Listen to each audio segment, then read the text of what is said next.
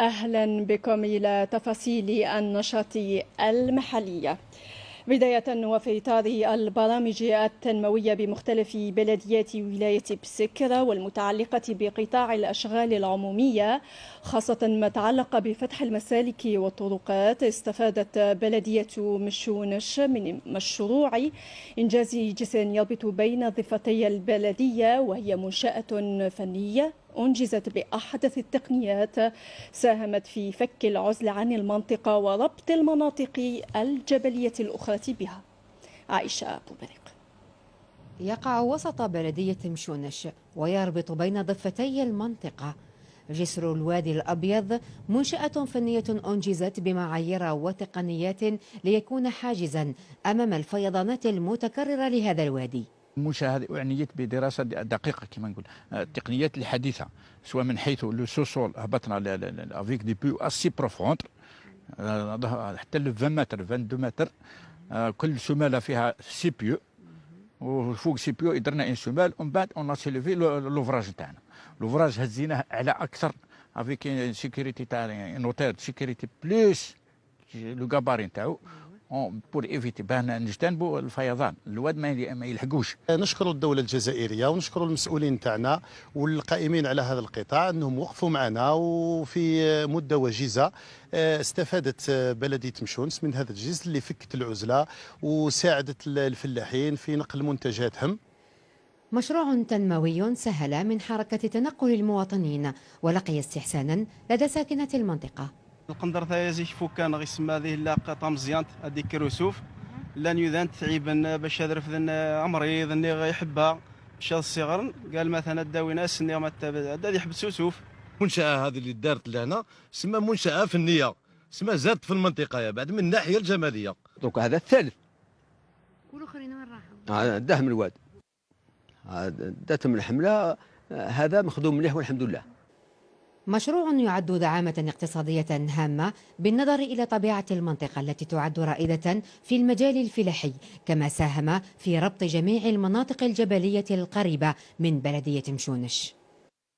من بلدية مشونش معنا عائشة أبو بريق. عائشة، ما هي الأهمية التي تكتسيها مثل هذه المنشآت الفنية ذات الطابع المحلي لفك العزلة عن الساكنة؟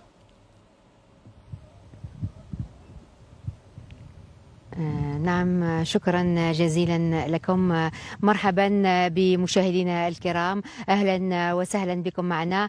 نطل عليكم اليوم من ولاية بسكرة، بالتحديد من بلدية مشونش، هذه البلدية التي تبعد عن مقر الولاية بأكثر من 30 كيلومتر.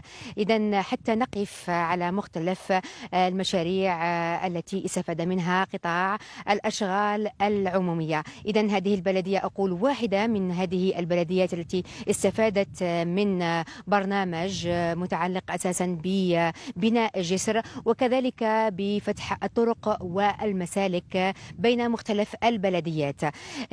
وللحديث أكثر عن هذه المشاريع أسعد باستضافة السيد ياسين علاش، رئيس مصلحة الصيانة بمديرية الأشغال العمومية بسكرة. سيدي مرحبا بكم معنا. مرحبا بكم في ولاية بسكرة. إذن مشاهدينا كما تلاحظون الآن متواجدون بمنطقة ببلدية أقول مشونش، بالتحديد هذا المكان الذي يقع على علو 1400 متر، أليس كذلك سيدي؟ نعم سيدتي، يندرج هذا المشروع التنمية ما بين بلدية مشونش وبلدية عين البيضاء على مسافة 52 كيلومتر، وحاليا أنجزنا ثلاثة شطر. الشوط الأول 6 كيلومتر في 2011، والشوط الثاني في 2014 على 6 كيلومتر، والشوط الثالث في 2020 على 12 كيلومتر، وتبقى 28 كيلومتر، فتكون إن شاء الله منجزة في سنوات ولا أيام مقبلة إن شاء الله.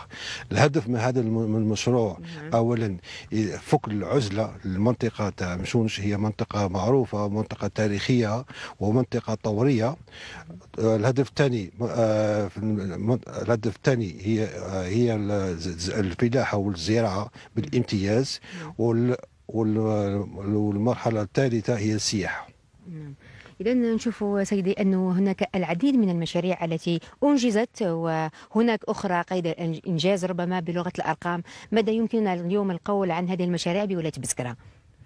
الحمد لله أنجزنا وما زال إن شاء الله ننجزوا أكثر في الايام مستقبلا، خاصه في هذه البرامج في اطار صيانه الطرق البلديه والولائيه، وفي اطار برامج فك العزله، وفي اطار البرامج على مستوى الوزاره اي مركزيه. وان شاء الله تكون الامل لانجاز هذه المشاريع. والهدف من هذه المشاريع هي حاليا في المنطقه تاع مشونج اتجاه اولاد زراره، هي التواصل ما بين كل المشاريع والإنجاز مفترق الطرق، إنجاز مفترق طرق ما بين الولايات الباتنة والمنطقة المزرعة ومنطقة العين البيضاء ومنطقة بغيلة، خاصة أن الولاية هي تعتبر بوابة للصحراء. خاصة الولاية تعتبر بوابة للصحراء ومشهورة في الفلاح. نعم، إذا شكرا جزيلا لكم سيدي. إذا كانت هذه حوصلة على أهم المشاريع المتعلقة بقطاع الأشغال العمومية. تغطيتنا ما تزال متواصلة، عودة إليكم. شكرا لك عائشة ولضيف الكريم على كل هذه المعلومات.